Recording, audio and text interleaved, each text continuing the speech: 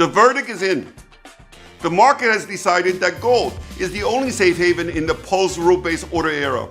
But what does it really mean? Why gold surge strengthens bond vigilantes? What is the biggest downside risk for the stock market and the global economy in 2026?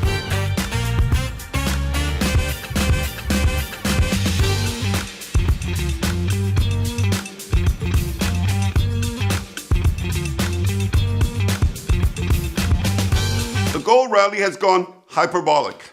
Gold is already up 25% year to date, after a 60% increase in 2025. Gold is by far the best performing asset so far in 2026, well ahead of oil, copper, and emerging market equities.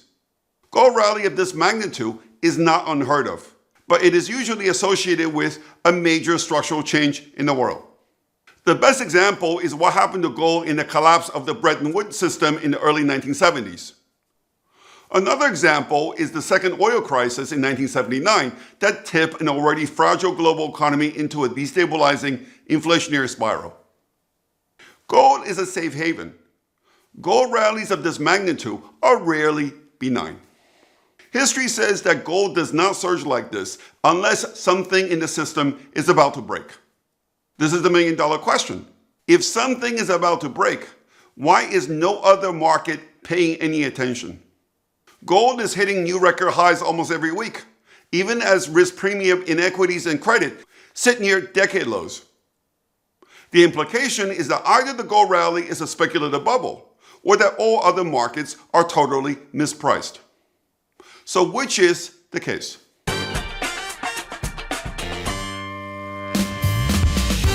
Unlike silver, gold is a very liquid market. According to the World Gold Council, the total daily trading volume of gold is just shy of $400 billion.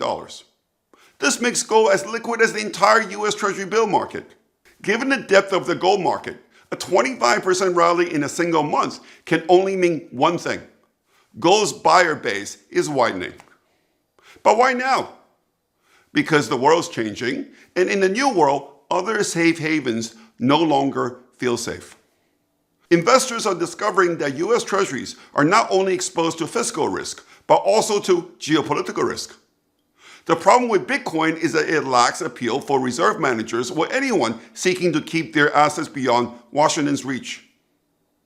In this respect, pending legislation in Congress would place Bitcoin even more firmly under US jurisdiction.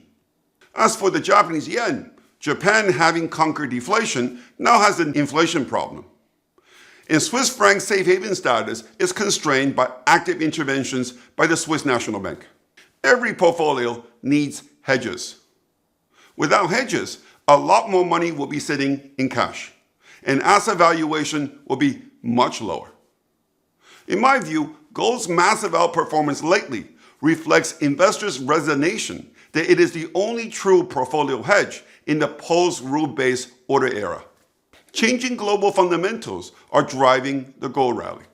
The question I am most interested in is whether the surge in gold price will in turn change fundamentals.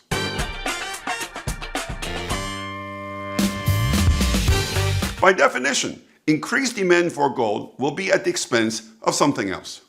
Over the past few years, the People's Bank of China has been selling US government bonds while stepping up its gold purchases. It is reasonable to assume that an increase in structural allocation to gold will lead to lower demand for government bonds. This will be a big problem for governments running large budget deficits with large financing requirements. In theory, surging gold price is bearish for bonds. The only question is how soon this will manifest itself in practice. Policies under Trump's second term has pushed up the risk premium on US government bonds. Term premium in 10-year US Treasuries is near the highest level in a decade. Another way of measuring term premium is by comparing 10-year US government bond yields with the so-called terminal Fed funds rate. As you can see, outside QE, 10-year Treasury yields have tended to track the terminal Fed funds rate closely. However, since the start of 2025, terminal Fed funds rate has declined, but 10-year Treasury yields have not. What this implies is that Trump's choice of the next chairman of the Federal Reserve will not matter too much for the bond market. What it says is that there's no easy way to drive down the interest costs of servicing U.S. government debt, which surged above $1 trillion last year. Despite Trump's promises, higher tariff revenue, a 10% federal workforce reduction, and the supposed elimination of waste, the U.S. budget deficit has not improved at all under his second term so far. The four-quarter moving average of the deficit as a share of GDP at the end of 2025 was exactly the same as at the end of Biden's presidency. Moreover, it is almost a certainty that the deficit will worsen in 2026 as the economy slows and the tax refunds associated with the Big Beautiful Bill are paid out. This is before accounting for any new stimulus. I've been of the view that term premium is very likely to increase further this year. This is why I'm long the 530 steepener. The gold rally has only strengthened my conviction. As investors add more gold to their portfolio holdings, their demand for government bonds will become more price sensitive.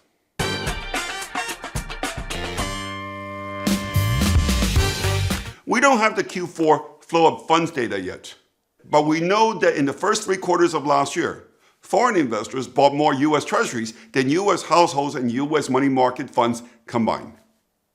The transition from a rule-based international order to a power-based system will likely reduce cross-border capital flows, including portfolio flows. What this means is that U.S. investors will have to buy more bonds to prevent bond yields from going up. Given the retail love affairs with stocks right now, it would seem that the only way this is going to happen is if the stock market goes down. In this respect, the gold rally is probably even more negative for stocks than for bonds. Thank you for listening.